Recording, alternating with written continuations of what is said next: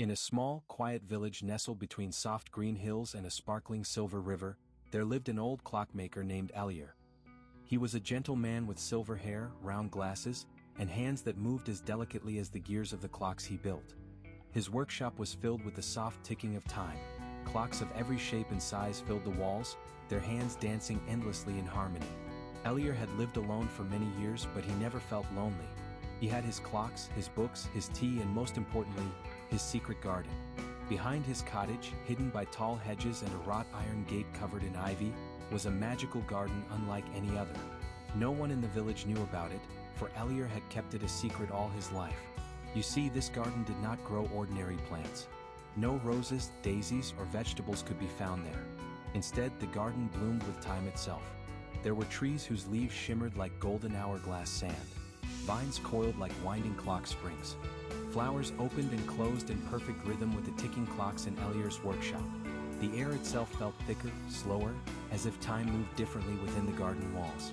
Each morning, Elier would sip his tea and wander into the garden.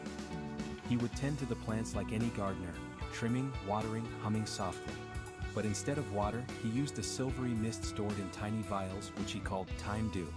And instead of sunlight, the garden thrived under the glow of an old, glowing pendulum lantern hanging in the air above, swinging gently back and forth. One evening, as Elier polished an ancient pocket watch, he heard a soft knock on the front door. He was surprised. Visitors were rare. When he opened it, he saw a small girl, no older than 7, with curly brown hair and wide eyes. "Hello," she said. "My name is Leora. I heard you fix clocks." Elier smiled. "I do. Come in." Leora clutched a small, broken music box in her hands. It used to play a lullaby my grandmother sang. But it stopped working. She passed away last year and I miss her. Elier took the box gently and nodded. "I understand. I'll do my best." 4 days, Elier worked on the music box, but something was off. The pieces weren't damaged. The gears weren't rusted.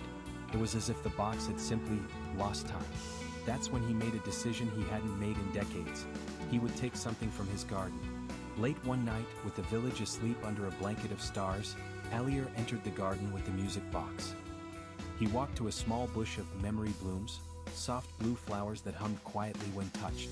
He picked just one petal and gently placed it inside the music box, just behind the tiny metal cylinder that played the tune. When Leora returned the next day, Elier handed her the box. "Try it." She opened it. The music began to play, soft and slow, like a lullaby from long ago. Her eyes filled with tears. "It sounds just like her," she whispered. "Like she's right here." From that day forward, Leora visited Elier often. He taught her about clocks, gears, and the beauty of things that ticked slowly. Over time, he showed her the garden. She was the first person, other than Elier, to ever see it. Seasons passed. The garden bloomed and changed with the rhythm of time. Leora grew older. She began making clocks of her own, and sometimes she added tiny slivers of time petals or memory blooms to her creations, helping people feel peace, hope, or even joy. Elier, now very old, eventually stopped building clocks. But he watched with quiet pride as Leora took over his workshop, always careful, always gentle, always remembering. And the garden? It lived on. They say that if you ever walk through the village at dusk and the air feels a little slower, the wind chimes softer, the ticking a little louder, you might be near the garden. And if you're quiet enough, you'll hear the lullaby of a music box echoing in the distance, carrying a piece of time through the night.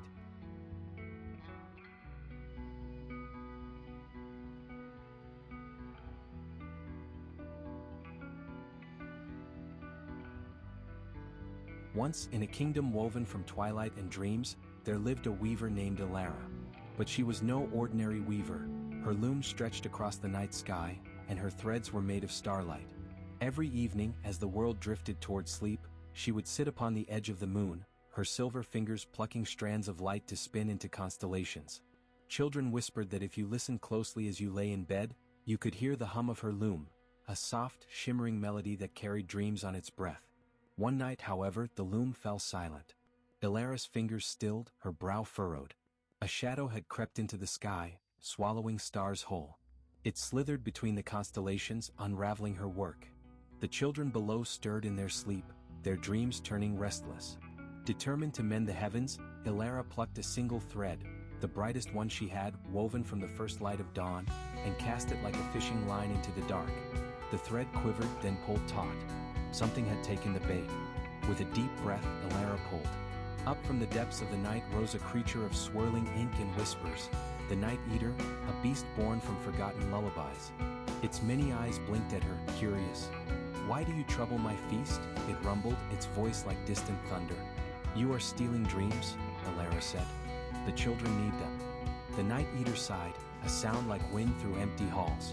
"I am hungry. The old stories no longer fill me. The world rushes past bedtime and fewer voices sing lullabies." Elara's heart softened. She knew the ache of being forgotten. So she struck a bargain. If the Night Eater released the stars, she would weave it a new kind of feast.